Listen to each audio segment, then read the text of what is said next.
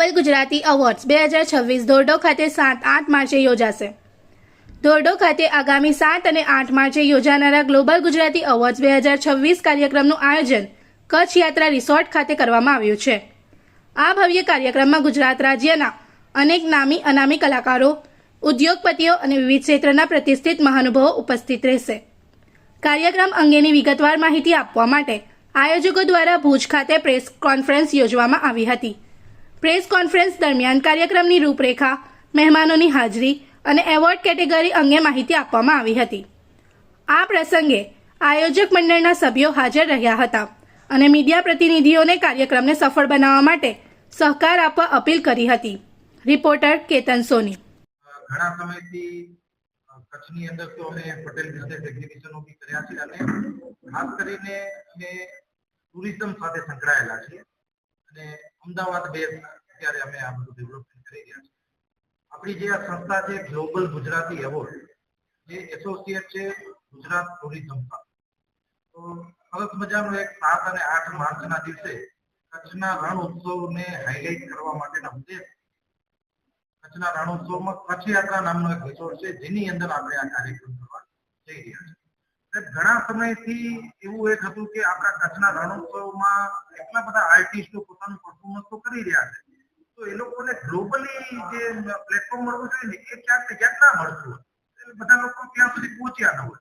તો આપણો હું પોતે કચ્છથી દેશ છું, તો મારે એક એવો તો દેશ હતો જ, અને એક તો મનની અંદર એવું હતું કે આપણા કચ્છી આર્ટિસ્ટોને ક્યાંક ગ્લોબલ પ્લેટફોર્મ મળે।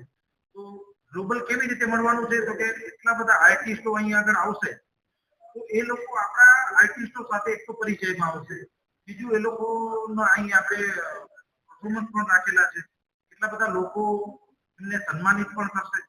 અને જ્યારે આ કાર્યક્રમ જે છે એ ગ્લોબલ લોકો સુધી પહોંચશે, એના માટે એક અમારા સાથે માધ્યમ બન્યું છે colours Gujarati channel.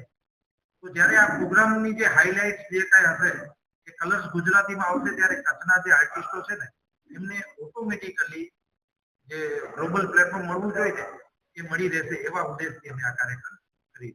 Global Gujarati એવોર્ડમાં અત્યાર સુધીમાં 40+ કેટેગરીનો અમે સિલેક્શન કરી રહ્યા છીએ।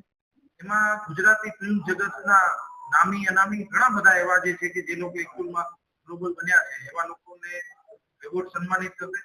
કચ્છના એવા 4 થી 5 નામ જે મોટા જે નામ છે એ નામ અત્યાર સુધીમાં નોમિનેશન થઈ ચૂક્યા છે।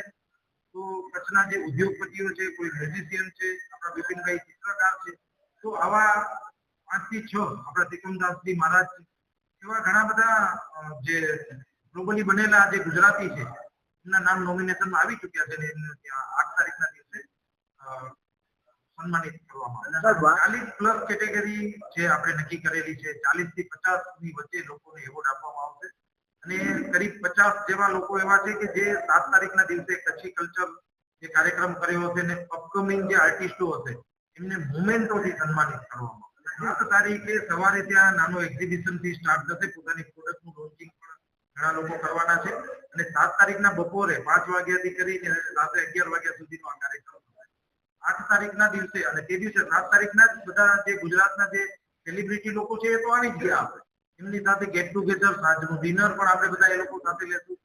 8 તારીખના દિવસે સવારના ભાગમાં રણોત્સવની મુલાકાત લેશું, વ્હાઇટ રણની, રોડ ટુ હેવનની મુલાકાત લેશું અને પાછો સાંજે 5 વાગ્યાથી રાત્રે 11 વાગ્યા સુધી ગ્રાન્ડ ઇવેન્ટ થવાની છે, જેમાં પરફોર્મન્સની સાથે અવોર્ડનો સન્માનિત કાર્યક્રમ।